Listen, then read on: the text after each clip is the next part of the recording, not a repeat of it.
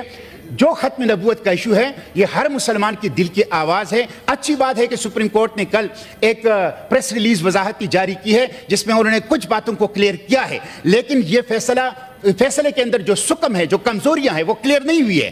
اس کے اوپر انشاءاللہ میں ریویو کے اندر جاؤں گا, ہم اس کی حفاظت کریں گے. کانسٹیٹیوشن آف پاکستان یہ 260 جو کانسٹیٹیوشن کا آرٹیکل ہے, اس میں ان کو غیر مسلم قرار دیا گیا ہے. کوئی عدالتی فیصلہ, کوئی قانون اس آرٹیکل کو بدل نہیں سکتی. اس آرٹیکل کی حفاظت مسلمانان پاکستان کریں گے. یہ ہماری ریڈ لائن ہے, اس سے کوئی چھیڑ چھاڑ نہیں ہوگی. اس لیے میں خود اس فیصلے کے خلاف سپریم کورٹ آف پاکستان میں ریویو میں جاؤں گا, اور میں اپیل کرتا ہوں سپریم کورٹ سے کہ وہ خود بھی میری اس گفتگو کی روشنی میں اپنے فیصلے کے اوپر نظر ثانی کرے اور خود اس کی اصلاح کر لے. Thank you G.